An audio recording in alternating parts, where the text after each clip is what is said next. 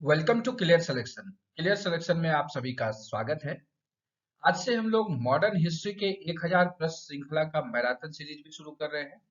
इससे पहले आपको इंडियन कॉन्स्टिट्यूशन का भी मैराथन सीरीज चल रहा है, उस वीडियो को भी आप देख रहे हैं। साथ ही साथ अब हम लोग 1000 प्रश्नों की ये श्रृंखला लेकर के चलेंगे, चैप्टर वाइज लेकर के चलेंगे।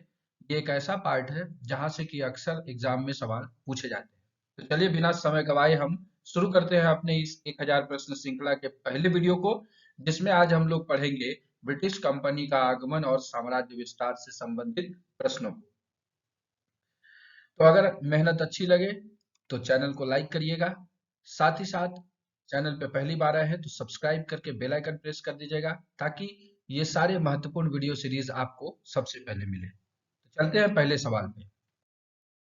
पहला सवाल है, निम्नलिखित में से किस व्यक्ति ने केप ऑफ गुड होप, जिसको कि आशा अंतरीप पार करके भारत में प्रवेश किया था?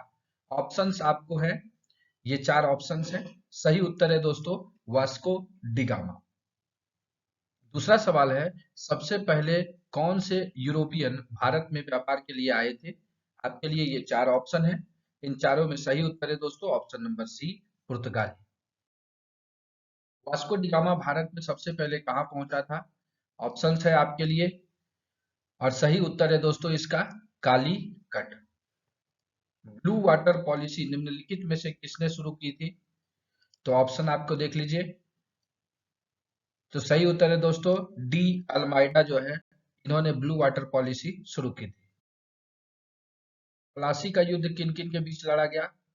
तो ऑप्शन ये है, सही उत्तर है दोस्तों ब्रिटिश कंपनी और बंगाल के सिराजुद्दौला के बीच ये युद्ध लड़ा गया था। ईस्ट इंडिया कंपनी की स्थापना किस वर्ष हुई?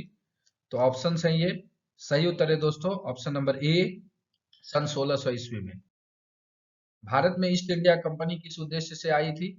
आपके चार ऑप्शंस हैं ये। सही उत्तर है दोस्तों व्यापार एवं वाणिज्य के लिए आई थी। अब इसका नाम ईस्ट इंडिया कंपनी ही क्यों पड़ा? तो जहां से ये आई थी वहां से भारत पूर्व में पड़ता था, इसलिए इसको ईस्ट इंडिया कंपनी का नाम दिया गया था। ईस्ट इंडिया कंपनी ने बंबई निम्न में से किससे हस्तगत की थी?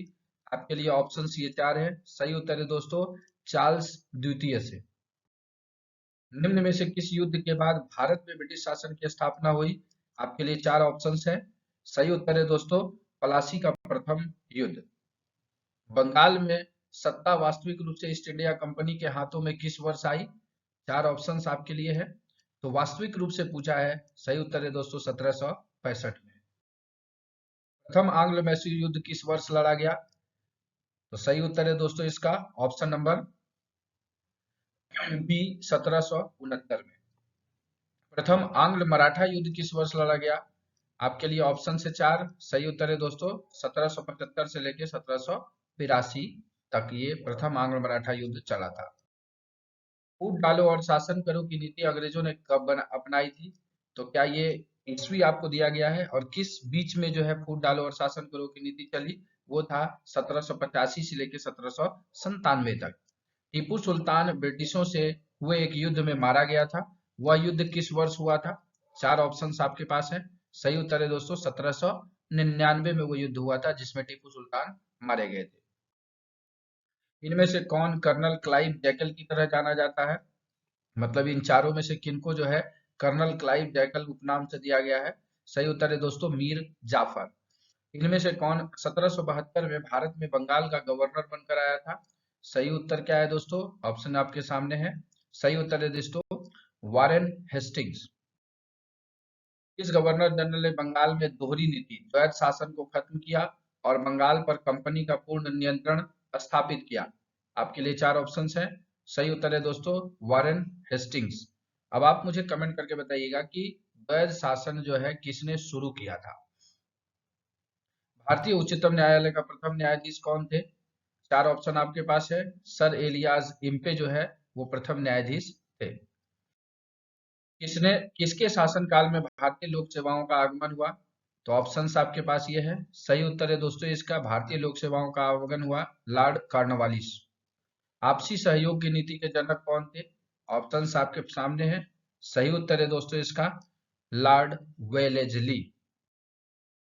बंगाल के बाद अपने राज्य में अंग्रेजों को कर मुक्त व्यापार का अधिकार निम्न में से किसने दिया था? तो आपके सामने ये चार ऑप्शंस हैं। सही उत्तर है दोस्तों अवध के नवाबों ने दिया। भारत के राज्यों को अंग्रेजी साम्राज्य से जोड़ने वाली लॉर्ड डलहौजी की नीति किस नाम से जानी जाती है? ऑप्शंस आपके सामने है। सही उत्तर है दोस्तों उसकी हड़प नीति। निम्नलिखित में से कौन सा राज्य लॉर्ड डलहौजी की अंतराल की नीति के अंतर्गत ब्रिटिश साम्राज्य में मिलाया गया था? तो ऑप्शंस आपके सामने हैं। इन चार में से कौन सही है? तो ये उदयपुर सही है। उस समय अवध का नवाब कौन था जब यह राज्य लॉर्ड डलहौजी द्वारा हड़प लिया गया? तो जो लॉर्ड डलहौजी की हड़प नीति थी उसमें अवध का नवाब कौन था? तो उस समय वाजिद अली जो है वो अवध के नवाब थे और अंग्रेजों ने अवध को अपने हड़प नीति से लॉर्ड डलहौजी ने अपने साम्राज्य में मिला लिया था। निम्न में से किसने पहली बार रैयतवाड़ी व्यवस्था शुरू की थी? तो आपको ये ऑप्शन ये आईएएस में भी पूछा गया सवाल है। तो थॉमस मुनरो और कैप्टन रीड दोनों ने किया था। भारतीय लोक सेवाओं में भारतीयों का प्रवेश निम्न में से किसने संभव बनाया? तो ये बहुत ही महत्वपूर्ण सवाल है और हर बार पूछा जाता है। लॉर्ड डलहौजी इसका सही उत्तर है। ईस्ट इंडिया कंपनी ने अपना पहला कारखाना कहाँ स्थापित किया था? तो बहुत चर्चित सवाल है, सूरत में उन्होंने स्थापित किया था।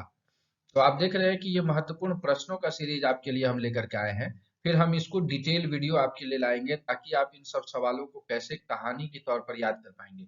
अभी हम लोग ऑब्जेक्टिव वे में देख ले रहे हैं क्योंकि आपने पहले कहीं ना कहीं से ये टॉपिक पढ़ रखा है और जब आप इस तरह के सवालों को देखेंगे तो आपको आपकी तैयारी का आकलन भी पता चल जाएगा कि आप किस स्तर पर हैं और ये सारे सवाल आपके आने वाले एग्जाम में पूछे जाएंगे।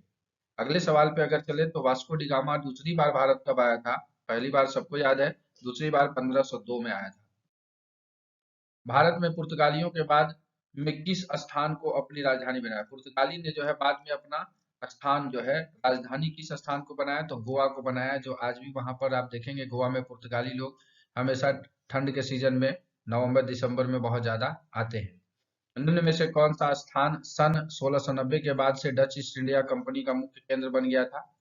तो जो डच ईस्ट इंडिया कंपनी का मुख्य केंद्र बना 1690 के बाद उसका नाम है नागपट्टनम। श्रीरंगपट्टनम के समझौते पर किस वर्ष हस्ताक्षर हुए थे? तो श्रीरंगपट्टनम जो है इसका समझौता 1792 में इस पर हस्ताक्षर हुआ था। निम्न में से किस राज्य को छोड़कर सन 1818 में अंग्रेजों ने समस्त भारतीय उपमहाद्वीपों को अपने आधिपत्य में ले लिया था? तो अंग्रेजों ने जो है सारी चीजों को अपने आधिपत्य में ले लिया सिवाय पंजाब और सिंध के। बाद में इसको जा करके पंजाब और सिंध को भी अंग्रेज ने अपने शासन में मिलाया था। आगे उसके लिए सवाल आपको रखा गया है। ब्रिटिशों द्वारा निम्न में से कौन सा समझौता मध्य भारत और अवध के साथ किया गया था? तो क्या यह स्थायी था, महलवाड़ी, रैयतवाड़ी या अस्थायी? तो अस्थायी जमींदारी बंदोबस्त जो है वो अब मध्य भारत और अवध के साथ हुआ था। बनारस, उड़ीसा और मद्रास के उत्तरी जिले डैश के अंतर्गत थे, मतलब किस समझौते के अंतर्गत थे? तो वो थे स्थायी बंदोबस्त के अंतर्गत। ईस्ट इंडिया कंपनी के कोर्ट के संचालकों का वह कौन सा अध्यक्ष था जो भारत में ईसाईयत को बढ़ाना चाहता था? तो ये थे हमारे चार्ल्स ग्रांट। 1707 से लेकर 1713 तक बंगाल का गवर्नर कौन था? तो इसका सही उत्तर है दोस्तों फर्रुख सियर। आप मुझे कमेंट करके बताएंगे कि फर्रुख सियर का उपनाम क्या था? ये भी सवाल आपको एग्जाम में पूछे जाते हैं। सिराजुद्दौला के हार का प्रमुख कारण क्या था? आपके सामने ये ऑप्शन है। इस ऑप्शन में जो सही उत्तर है दोस्तों वो है उनका जोश और निर्णय। ब्रिटिशों द्वारा भारतीय काउंसिल एक्ट कब पारित किया गया? तो चार ऑप्शंस आपके पास है। जो भारतीय काउंसिल एक्ट पारित हुआ वो हुआ था 1892 में। चलते हैं अगले सवाल पे। रॉलेट एक्ट क्या था? सन 1919 में ब्रिटिश सरकार को इससे क्या अधिकार प्राप्त हुए थे? तो रॉलेट एक्ट बहुत ही चर्चित चीज था और इस चर्चित चीज में ये कहा गया था कि अदालत में बिना पेश किए अनिश्चित काल तक जो है बंदी बनाए रखना जो है इसमें ये अधिकार ब्रिटिशों को मिल गया था। निम्न में से किस एक्ट के द्वारा भारत में ईस्ट इंडिया कंपनी का व्यापार का अधिकार समाप्त हुआ? तो कौन सा ये चार्टर एक्ट था? ये चार्टर एक्ट था 1813 का चार्टर एक्ट था। भारत में क्रिप्स मिशन कब आया जिसने अगस्त प्रस्ताव 1940 को पुनः दोहराया? तो क्रिप्स मिशन 1942 में भारत आया था। फ्रांसीसी और ब्रिटिशों के मध्य तीसरा निर्णायक कर्नाटक युद्ध किस स्थान पे लड़ा गया था? ये बहुत ही इंपॉर्टेंट सवाल है। वांडीवास का युद्ध उसे कहा जाता है। आप कमेंट करके बताइएगा कि वांडीवास का युद्ध कब लड़ा गया था। भारतीय विश्वविद्यालय एक्ट 1904 निम्न में से किसके द्वारा चलाया गया? तो ये विश्वविद्यालय एक्ट 1904, तो आप ध्यान रखेंगे 1904 के समय कौन थे? तो हमारे कर्जन साहब थे, तो लॉर्ड कर्जन ने ये बनाया था। प्रेस एक्ट 1794 की सेंसर व्यवस्था इनमें से कौन शामिल था? तो सेंसर व्यवस्था में जो है, तो चार्ल्स मेडकॉफ को कहा जाता है मुक्तिदाता, प्रेस का मुक्तिदाता, मतलब जो भी सेंसर वेंसर था वो सब उसने खत्म किया था। लेकिन जो ये सेंसर व्यवस्था 1794 में लाए थे वो थे हमारे लॉर्ड वेलेजली। अंग्रेजों के विरोध में सबसे पहले जन विरोध कहाँ शुरू हुआ था? तो ये उत्तर प्रदेश और मध्य प्रदेश में सबसे पहले शुरू हुआ था। मैडम HP ब्लातवस्की ने योग विद्या की नींव किस वर्ष रखी थी? तो ये सही उत्तर है दोस्तों 1875 में। अंग्रेजी साम्राज्य में सिंध राज्य किस वर्ष शामिल किया गया? तो आप देखिए पंजाब और सिंध पहले नहीं था, 1818 तक नहीं था, लेकिन ये बाद में शामिल किया गया, 1843 में सिंध मिल गया। अब पंजाब को ब्रिटिश ने साम्राज्य ने अपने कब मिलाया? तो 1849 में जो है पंजाब को उन्होंने अपने अंदर मिला लिया था। फिर आते हैं उद्योगों का अधिक विकास करने के लिए अंग्रेजों ने भारत में पहली रेलवे लाइन बम्बई से थाने के बीच कब शुरू की थी? तो 1853 ईस्वी में। नागपुर और झांसी को ब्रिटिश साम्राज्य में कब मिला लिया गया था? तो ये भी बिल्कुल सवाल ऐसा है जो पूछा गया है, तो झांसी और नागपुर को मिलाया गया 1852 में। अवध के नवाब पर अकुशल प्रबंधन का आरोप लगाकर उसे ब्रिटिश साम्राज्य में कब मिला लिया गया? 1848, 1850, 1854 या 1856? तो सही उत्तर है दोस्तों 1854 में। और आज के इस वीडियो का ये अंतिम सवाल है, वर्ष 1856 में इनमें से कौन भारत का गवर्नर जनरल था? तो 1856 में हमारे थे लॉर्ड केनिंग। तो फटाफट हम लोगों ने जो ब्रिटिश कंपनी के आगमन और साम्राज्य विस्तार से संबंधित जो महत्वपूर्ण सवाल थे उसको हमने यहाँ पर कवर कर लिया है।